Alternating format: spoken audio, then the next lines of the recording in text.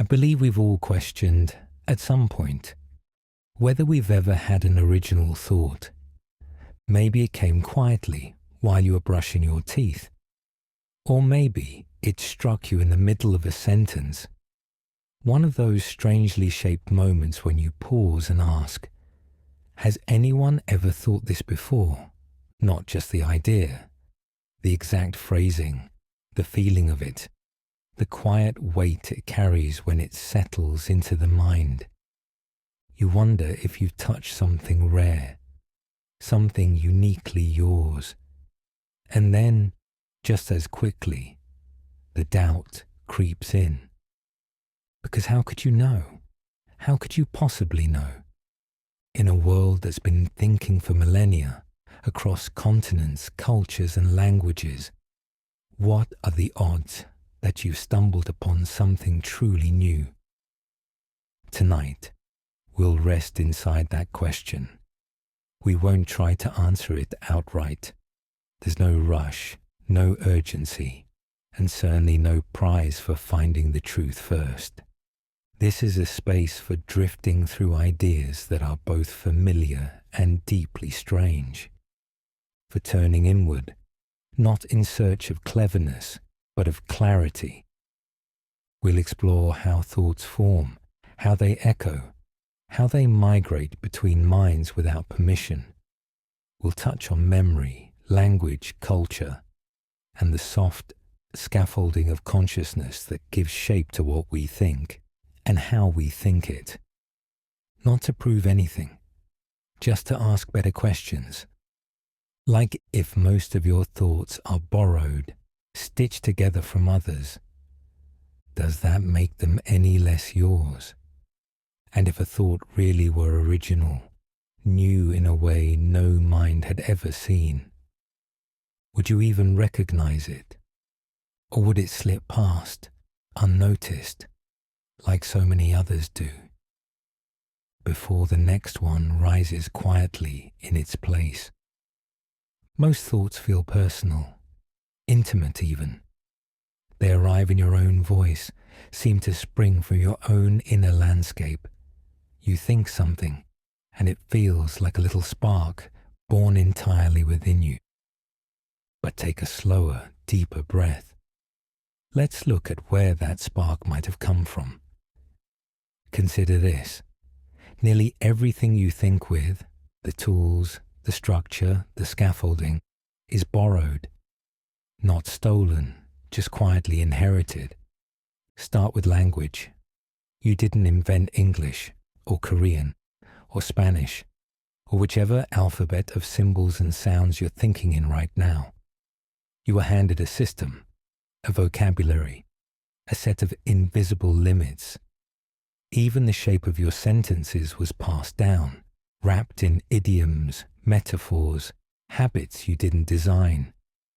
Then there are the concepts themselves: love, time, death, identity. You didn't sit alone in a room and invent those. They were seeded into you through bedtime stories, overheard gossip, religious teachings, science textbooks, commercials, childhood games, and second-hand grief. You absorbed them slowly, across years, like sunlight through a curtain. And now you carry them, thinking they're yours. But what if most thoughts are rearrangements? Tiny edits of existing structures, like building a new castle from old bricks. Maybe a fresh shape, sure, but no new material. This isn't a flaw, it's a feature. It keeps things efficient. You don't need to start from scratch every time you wonder what love means. You pull from the shared archive of your species, from songs you didn't write, from movies you only half watched. Philosopher Andy Clark talks about the extended mind, the idea that your thinking doesn't stop at the skull. Your brain offloads to culture, to objects, to the people around you, to notebooks, phones, whiteboards, and late-night talks. Your mind is porous, and thank goodness it is. If it weren't, thinking would be unbearably lonely. So maybe that feeling of originality you sometimes get isn't about being the first. Maybe it's about being the latest. A remix, a refinement, a whispered variation in a long conversation that began long before you and will continue long after you've stopped speaking. If you were to open a thought mid-formation and look inside, what would you find? Probably not lightning bolts or gears turning, not even words at first, just shapes, a vague mental architecture assembling itself from fragments. Abstract impressions pulled together and fitted into a structure you can recognize. Thinking, at its core, is more like building than discovering, and the materials, the bricks and beams, are things you've gathered over time, past experiences, familiar metaphors, the way your third-grade teacher explained gravity, the rhythm of a poem you forgot you memorized. All of it becomes a scaffolding, but not all minds build in the same way.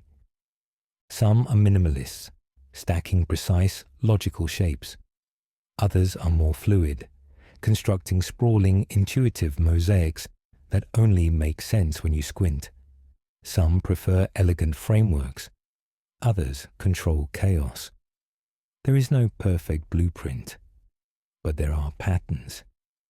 This is where schema theory comes in. The idea that your brain organizes the world into mental templates. You don't start from nothing. You start from a model, a structure you already know, a shape you can slot new information into. So when you think, you're not wandering aimlessly. You're building on foundations already laid down. Whether it's how to navigate a conversation or how to interpret a new idea, you're filling in blanks on a form your mind has seen before. This doesn't mean originality is impossible, but it does mean it's rare, because most of the time, the structures of thought are already halfway built before you're even aware of them. You walk into the blueprint and decorate, and here's the catch. Those templates can be useful, but they can also be limiting. What if there's a thought you've never had simply because the scaffolding to hold it doesn't exist in your mental inventory? Not yet. It's a strange kind of blindness, not a lack of vision, but a lack of structure. So then the question shifts, not just, can I think something new, but can I build a space inside myself where something new would even have room to live? Language is one of the most astonishing tools the mind has.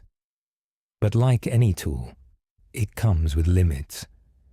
And those limits are often invisible. We tend to think in words. Sentences form the bones of thought. When you reflect, you usually narrate to yourself, not in pictures, not in smells, but in language. And that's where the problem begins. Because language, for all its elegance, is a cage with velvet bars. The words available to you shape the thoughts you're able to have. This idea, known as linguistic relativity, suggests that the structure of your language affects not just how you express thoughts, but what kinds of thoughts you're likely to form in the first place. Take color, for example. Some languages have no separate word for blue and green, just one term for both. Speakers of those languages literally see the boundary between colors differently. It's not that the eyes change. It's that the mind sorts differently, because the words divide the world along different lines. Now imagine what this means for abstract ideas. If your language doesn't have a precise word for a concept, or if your culture avoids a certain metaphor, you might never fully think that thought. Not because it's impossible, but because it has nowhere to land.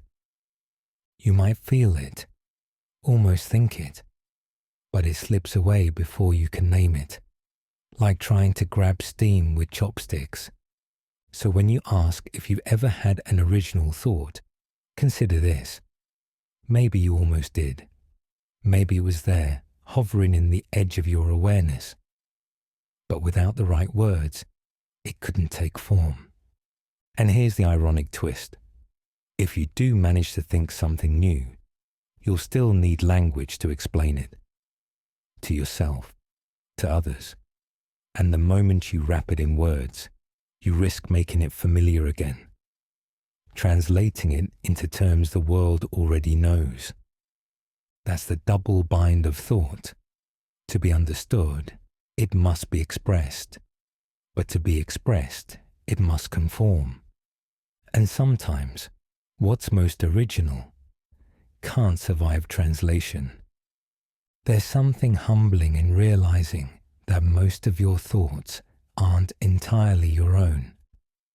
Not because someone else is controlling them, but because thought, as we experience it, is rarely an isolated act. It happens in relation to others.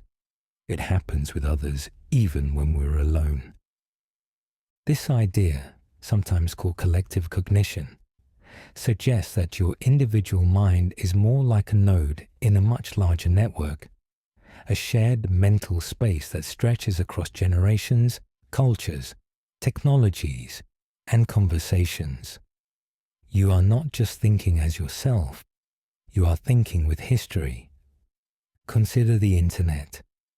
Every time you look something up, you're drawing on a web of other people's ideas. When you read a book, you absorb the conclusions of someone who absorbed others before them. Teachers, writers, scientists, ancestors.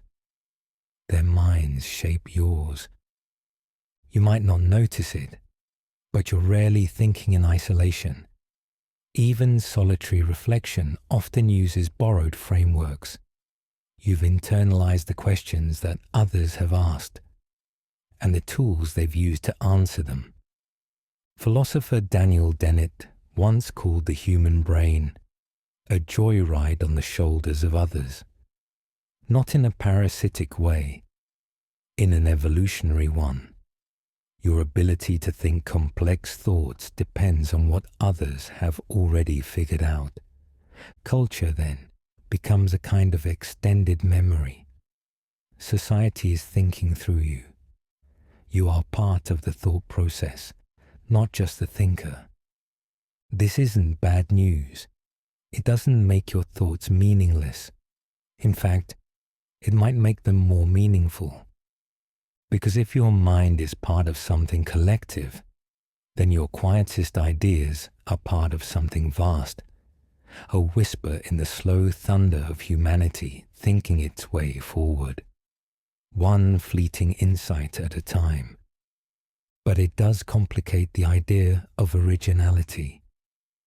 Can a thought be called new if it's just a rearrangement of older ones within a larger cognitive web? Or is true originality less about being first, and more about making something click in a way it hasn't before? Maybe you don't need to invent the building blocks. Maybe you just need to find a shape they haven't yet taken. Every thought you have is touched by memory, even the ones that feel sudden or spontaneous, even the ones that surprise you. Memory is the quiet architect behind the curtain, shaping how your mind assembles the present. When you try to think something new, your brain doesn't begin from zero. It searches the archives. It runs simulations based on what you've seen, heard, felt, or vaguely remember experiencing. Like a subconscious librarian, it pulls from dusty corners, past conversations, old dreams, that line from a movie you watched at 2 a.m. 10 years ago. The strange part is, you don't always know it's happening. You might have an idea that feels entirely fresh, only to realize later that it mirrors something you once read. Or worse, you never realize at all, and the idea floats in your mind as if you conjured it from the void. This is known as cryptomnesia, when a memory masquerades as an original thought. It's not deception, it's mislabeling. Your brain forgot the source but remembered the shape.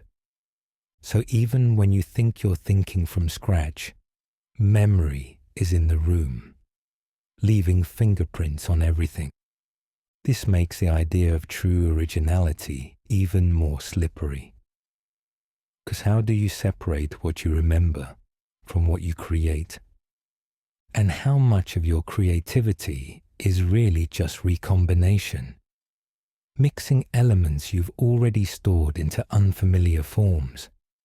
It doesn't mean your thoughts aren't valuable, but it does suggest they may be more collaborative than you realized. You're working with a memory bank curated by your entire life. And memories, too, are selective.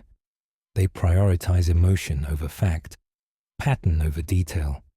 Your brain edits constantly, smoothing timelines, rewriting sequences, compressing complexities into simpler truths.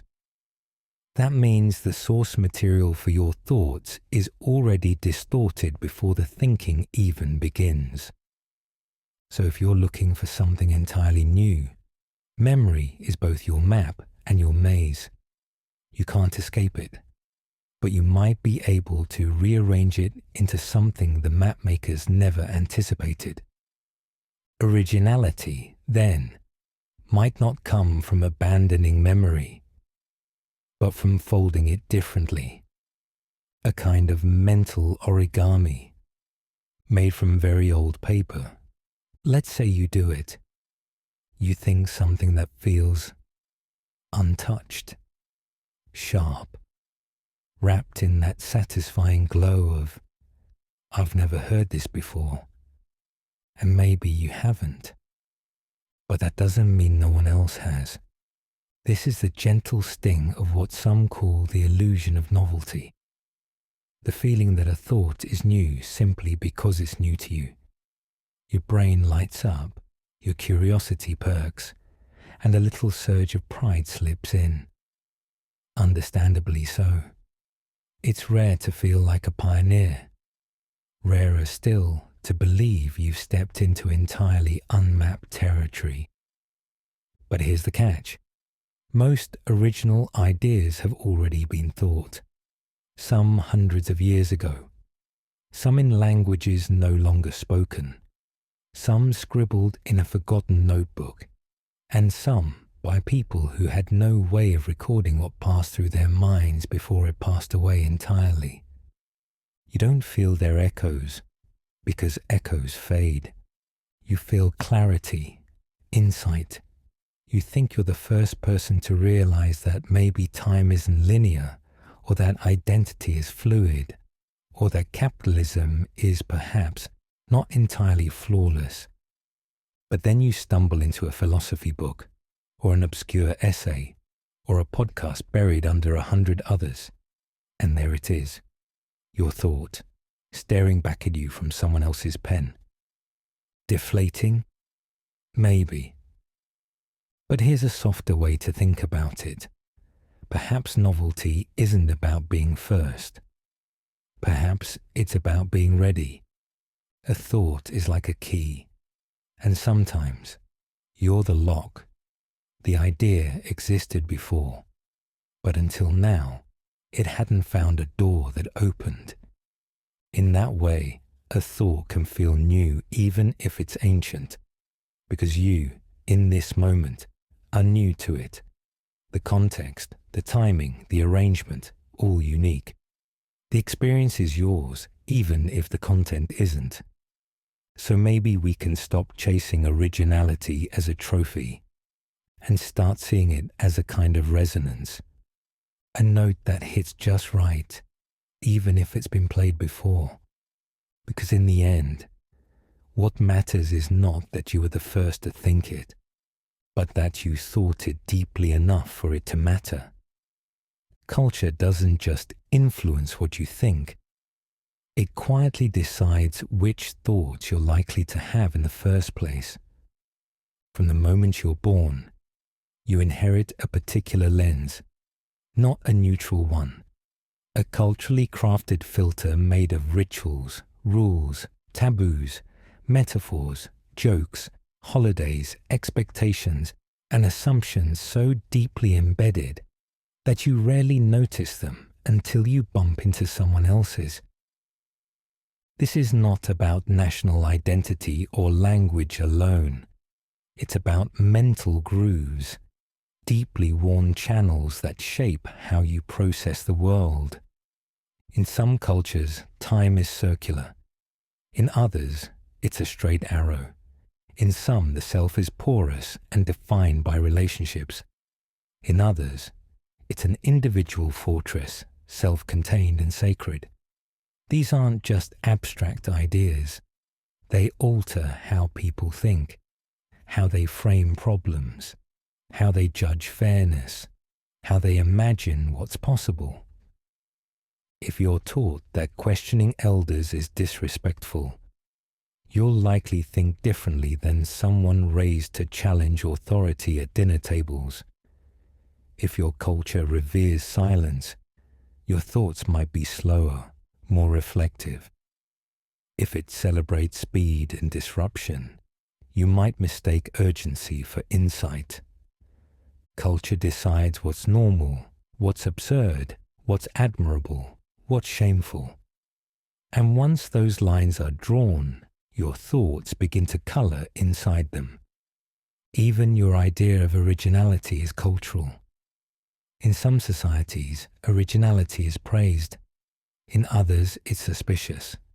Some value harmony over novelty. Others worship the iconoclast. So when you wonder whether you've had a truly original thought, you're already participating in a cultural game. Asking a question that not all minds would even think to ask. It's a bit like trying to surprise yourself while following a script. But this doesn't make thinking hopeless. It makes it layered. Your culture might shape your thoughts, but it doesn't seal them. With enough awareness, you can peek behind the curtain. Notice the edges of the frame. Ask whether an idea is yours or simply familiar. And sometimes, just asking the question is the act of originality, because culture wants comfort. And asking uncomfortable questions, even quietly, is one way to loosen its grip. It's a word we use casually. Thought. But what exactly is it? Strip it down. Remove the poetry, the philosophy, the metaphors, and you're left with something maddeningly elusive. A thought isn't an object. It has no weight. It doesn't occupy space. You can't point to it. You can't hold it in your hand. And yet, it defines nearly everything you do. Neuroscience offers its answer. A thought is the coordinated firing of neurons across networks in the brain. Tiny electrochemical events sparking in patterns. Measurable, mappable, observable, at least in theory. But those sparks aren't the thought itself. They're the shadow, the footprint, the mechanism. What you experience is something else entirely. The image that forms, the word that bubbles up, the vague intuition that tightens in the chest before you can name it. This is where philosophy steps in, furrowing its brow and offering 1,000 theories. Some argue that thought is language, that without words there is no inner life. Others suggest thought can be pre-verbal, a sort of raw cognition that only later crystallizes into sentences. And then there's the question of whether thought is passive or active. Do you choose your thoughts, or do they arrive unbidden, like unsolicited emails? Anyone who's tried meditation knows how slippery that distinction is. Try not thinking about anything for 10 seconds. Go ahead. We'll wait. Hard, isn't it? Some thoughts feel summoned. Others feel like they sneak in the back door. Sometimes you're driving the car. Sometimes you're tied to the bumper. And all of this makes originality even harder to pin down. Because if you don't fully control where thoughts come from, how can you claim to create something new? Perhaps thought is less of a product and more of a process, less like a light bulb and more like a tide, ebbing, flowing, influenced by unseen currents. So when we ask whether you've had a thought no one's ever had, maybe we're really asking about the shape of your tide, the angle of your wave, the particular pattern of your inner weather, just different enough to make something, momentarily, feel new. Not every moment is filled with thinking, or at least not consciously. Between the parade of thoughts, the inner chatter, the mental commentary, the planning, the remembering, there are brief pauses, gaps so subtle you rarely notice them, like the space between breaths. But they're there, small moments of mental stillness, empty but not hollow. These silences are often dismissed. We treat them like wasted time, as if the only valuable part of consciousness is the thinking part, as if the mind is only worth something when it's making noise.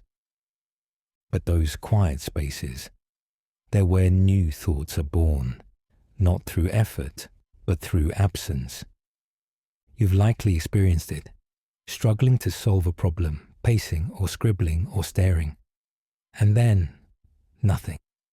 You stop, you walk away, you make tea, you forget, and suddenly the answer appears, not while you were thinking hard, but when you finally weren't. This is incubation, a concept in cognitive science that describes how stepping away from a problem can lead to insight. Not because the mind stopped working, but because it started working differently, beneath awareness, without pressure, like a background process humming softly until it hands you a result. It's in these quiet, unoccupied spaces that the mind sometimes connects things it couldn't reach, while it was too busy being clever. Which raises an uncomfortable thought.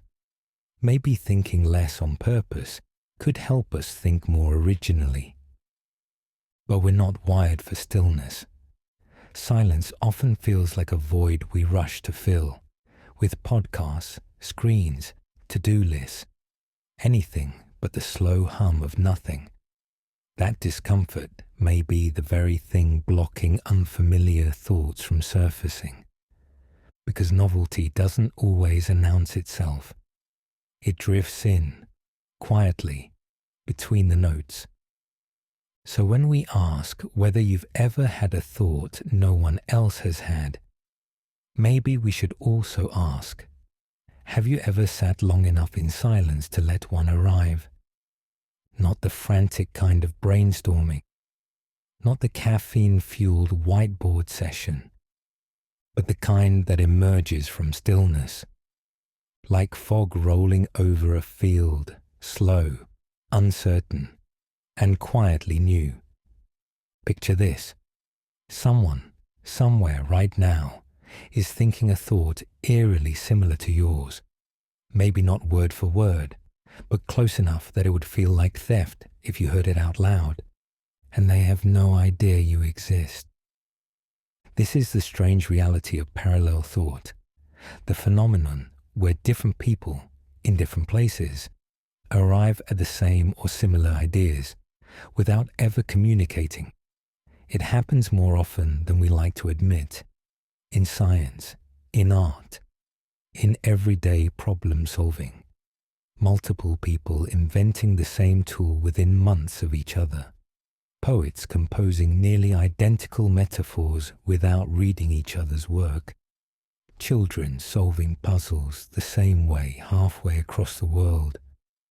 It's not magic, it's convergence. Because the conditions that shape our minds aren't unique. We share the same planet, the same biology, the same sensory apparatus. We build our thoughts on similar scaffolding. Language, experience, curiosity, limitation. So of course we sometimes end up in the same mental rooms, even if we entered through different doors. That can be frustrating, especially if you pride yourself on originality. You spend weeks crafting an idea, only to find out someone else published it last year, or yesterday, or 15 minutes ago, in a subreddit you've never visited. But maybe it's not competition. Maybe it's confirmation. Maybe the recurrence of an idea suggests it was ready to be thought. Like ripe fruit dangling just low enough on the intellectual tree for multiple minds to reach it at once. That doesn't mean the thought is unoriginal. It means the context made it possible, or even inevitable. The collective human mind evolves like a tide. Some waves rise on their own, sure, but many swell together, drawn by shared conditions. We are not isolated thinkers. We're participants in a larger pattern. So if someone has thought your thought before, or is thinking it now, take heart. It doesn't erase your version. It affirms that your mind is part of something vast and strangely synchronized. Parallel thought isn't the death of originality. It's proof that you're plugged in, even when you feel alone. It sounds counterintuitive, but limits can be fertile ground. We tend to imagine creativity as wild and boundless, a kind of mental freefall where anything goes and everything is possible. But in practice, true originality often emerges not despite constraints, but because of them. Think of a haiku, just 17 syllables, arranged in strict formation. Yet that tiny box has held centuries of subtle, stunning insights. Or the 12 notes of the Western musical scale, finite, repeatable, endlessly reshaped into symphonies, lullabies, and noise rock. Boundaries sharpen the mind. They force choices. They pressure thoughts into form. Cognitive science has long observed that when the brain is given too much freedom, too many options, too few boundaries, it can actually become less creative. The possibilities overwhelm. The ideas disperse. But put a frame around the chaos, and something shifts. The brain starts to play. This is sometimes called creative limitation. A paradox, yes, but a powerful one. When you work within rules, new paths emerge precisely because old ones are blocked. You're nudged to rearrange, reinterpret, reframe. Even in everyday life it happens. You can't afford the best ingredients, so you invent a recipe with what's in the fridge. You don't know how to solve a problem directly, so you find a sideways answer. Limit becomes lever. So when it comes to thought, to that elusive goal of forming something truly new, maybe the trick isn't total freedom. Maybe it's the right kind of pressure. The mind, when boxed in just enough, gets clever. It looks for cracks in the wall. It starts to carve something out of the material at hand, rather than daydreaming about materials it doesn't have. And sometimes what emerges is more surprising than anything unlimited freedom could have offered. Originality isn't just invention, it's adaptation. It's thinking around the obvious. It's finding the unexpected inside the expected. A thought no one's had before may not come from imagining the unimaginable. It might come from taking something old, worn, and limited, and turning it just slightly, until something clicks. We often confuse intelligence with originality, as if the smarter someone is, the more likely they are to have groundbreaking ideas. But those two qualities, while related, are not twins. They aren't even particularly close cousins. Intelligence, at least as commonly measured, is about pattern recognition, problem solving, memory, speed, the ability to follow logic, to make sense of complexity, to absorb information and use it effectively. These are useful skills, impressive even, but they don't necessarily lead to original thought. Originality plays a different game. It doesn't always move in straight lines. It questions the instructions.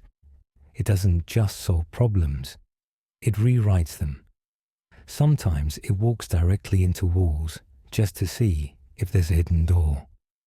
And occasionally, it forgets what the problem was in the first place because it's too busy wondering if the whole concept was flawed to begin with. In short, intelligence is often rewarded for correctness. Originality is drawn to the edge of what's permitted. This is why some of the most original thinkers in history weren't considered particularly brilliant in conventional terms. They weren't always fast, or articulate, or well-studied. But they had a different trait. They noticed what others overlooked. They made odd connections. They asked questions that sounded at first like mistakes. Genius is often dressed like confusion at first glance.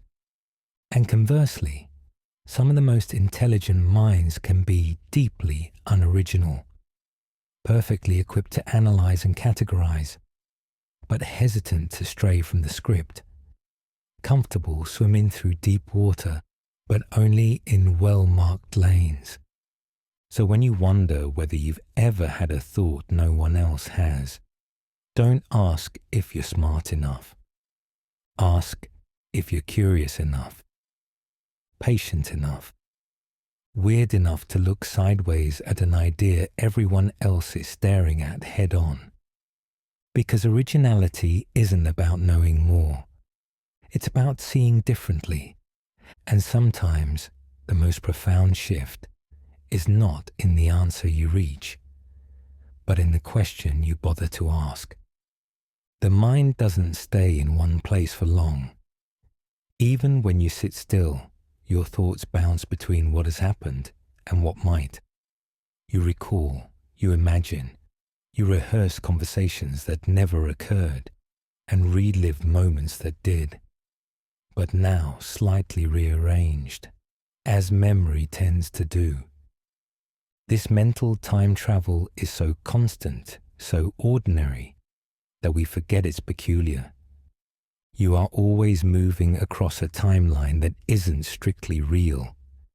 In cognitive science, this ability is sometimes called mental time travel.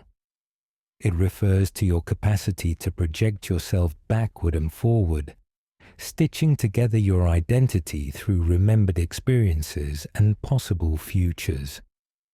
It's how you construct meaning, make plans, avoid danger, and stay socially functional.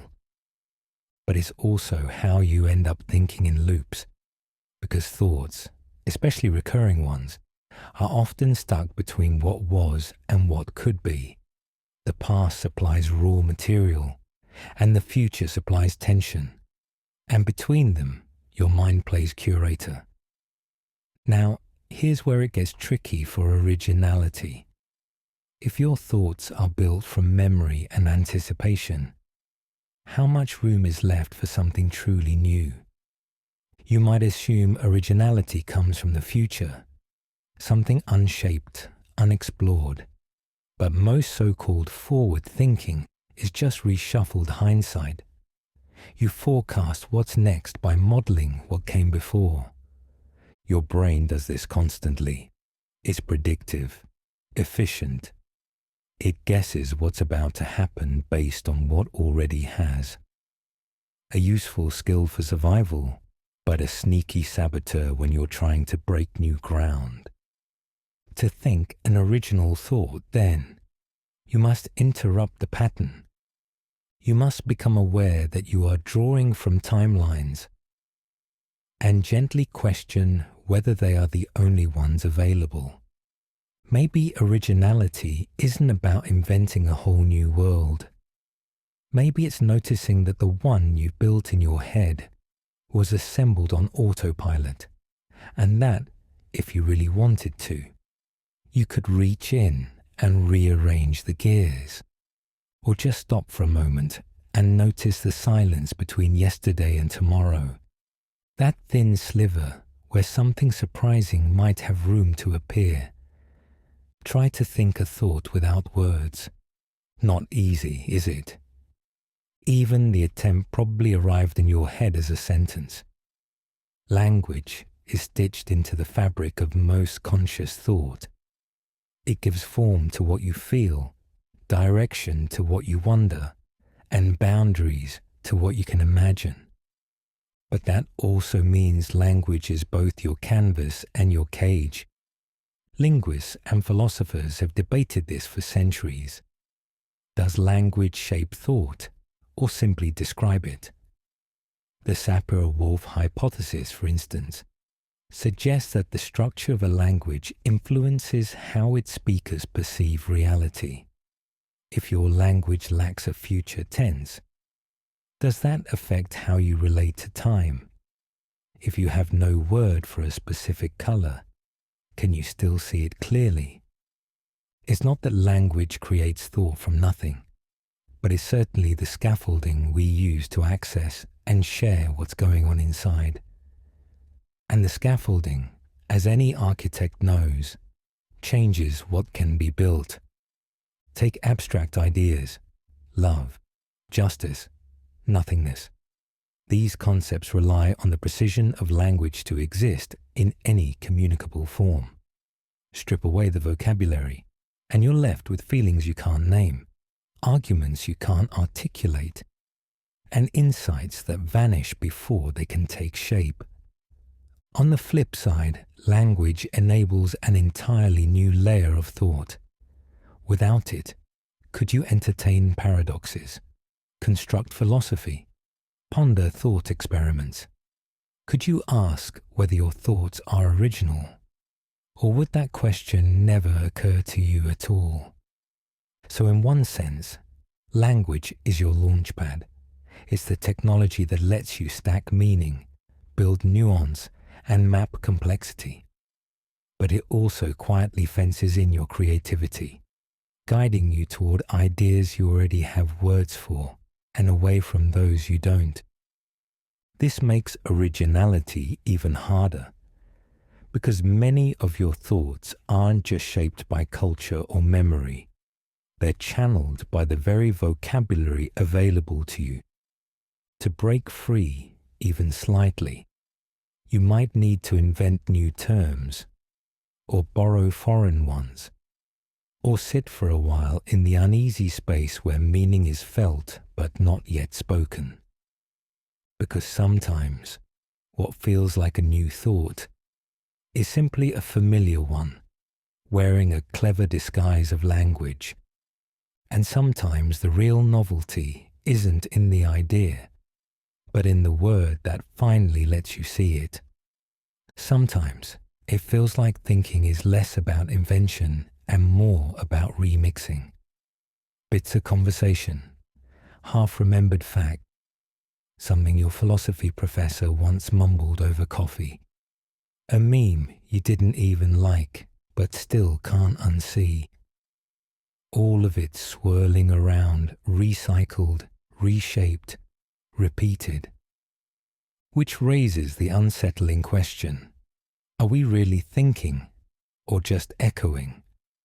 We'd like to believe our minds are original broadcasting stations, but more often, they resemble tuned-in receivers, picking up signals from everywhere. Culture, media, friends, algorithms, childhood, advertisements that live rent-free in our heads decades after the product vanished. Thoughts in this view are like echoes in a canyon, bouncing off the walls we didn't build ourselves. You might resist that idea, rightly so. It feels reductive. After all, doesn't experience count? Doesn't personality add flavor? Of course it does. You're not a carbon copy. But still, how many of your thoughts are truly yours, untouched by outside influence? Social media didn't invent echo chambers. It just gave them better acoustics. The human mind seeks reinforcement, agreement, familiarity, not out of laziness, but out of efficiency.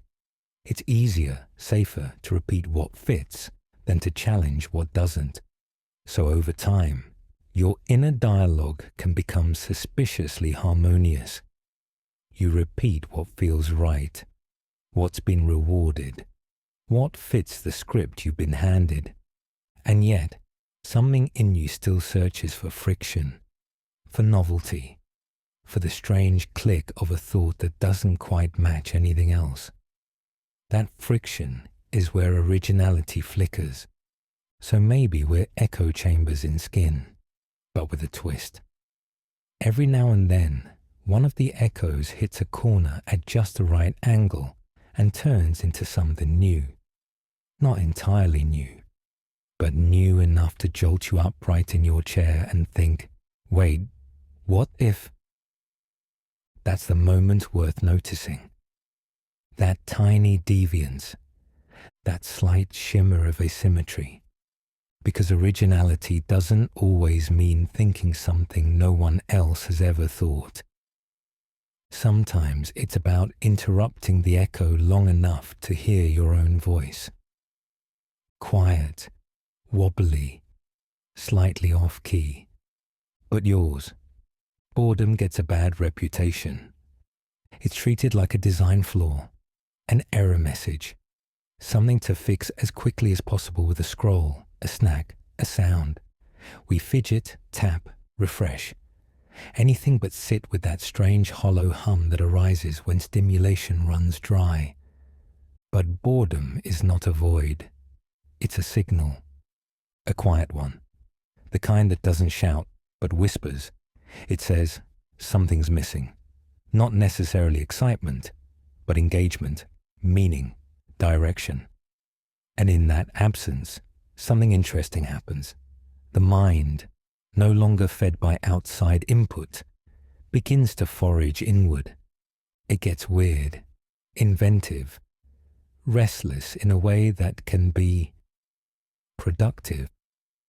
Cognitive scientists have found that boredom isn't just a nuisance, it's a seedbed for creativity. When you're bored, your brain begins to wander, not aimlessly, but searching. It starts connecting dots you didn't know were there. It plays, it questions, it daydreams. And sometimes, in that open space, new thoughts slip through. Not all of them are useful, of course. Some are spectacularly pointless. Others are just bizarre. But in the right conditions, boredom gives rise to originality, not by force, but by invitation. Think of it this way. A constantly entertained mind is like a garden flooded with sunlight, all day, no clouds. It sounds ideal, but without the occasional shade, without a break in the pattern, certain things never get a chance to grow. So perhaps the next time you're bored, truly, mind-numbingly bored, you might resist the urge to fill the silence, just for a moment. Let the discomfort stretch a little. Watch what your mind does when it realizes no one's watching. It might pull up an old memory, or piece together a forgotten observation, or invent a strange metaphor about boredom itself, like, a librarian rearranging dusty shelves while the power's out. Whatever it is, let it arrive. Because in that empty space, just beyond the itch to be distracted, something softly unusual might bloom.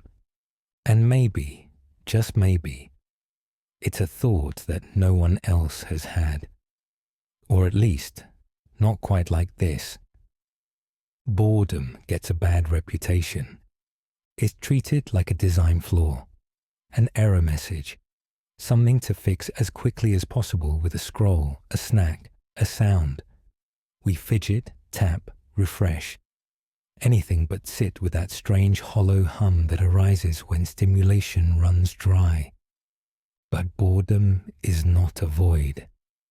It's a signal, a quiet one, the kind that doesn't shout, but whispers. It says, something's missing. Not necessarily excitement, but engagement, meaning, direction. And in that absence, something interesting happens. The mind, no longer fed by outside input, begins to forage inward. It gets weird, inventive, restless in a way that can be productive. Cognitive scientists have found that boredom isn't just a nuisance. It's a seedbed for creativity. When you're bored, your brain begins to wander, not aimlessly, but searching. It starts connecting dots you didn't know were there. It plays, it questions, it daydreams. And sometimes, in that open space, new thoughts slip through. Not all of them are useful, of course. Some are spectacularly pointless. Others are just bizarre. But in the right conditions, boredom gives rise to originality, not by force, but by invitation. Think of it this way. A constantly entertained mind is like a garden flooded with sunlight, all day, no clouds. It sounds ideal, but without the occasional shade, without a break in the pattern, certain things never get a chance to grow. So perhaps the next time you're bored, truly mind-numbingly bored, you might resist the urge to fill the silence. Just for a moment, let the discomfort stretch a little. Watch what your mind does when it realizes no one's watching. It might pull up an old memory, or piece together a forgotten observation, or invent a strange metaphor about boredom itself, like a librarian rearranging dusty shelves while the power's out. Whatever it is, let it arrive. Because in that empty space, just beyond the itch to be distracted, something softly unusual might bloom.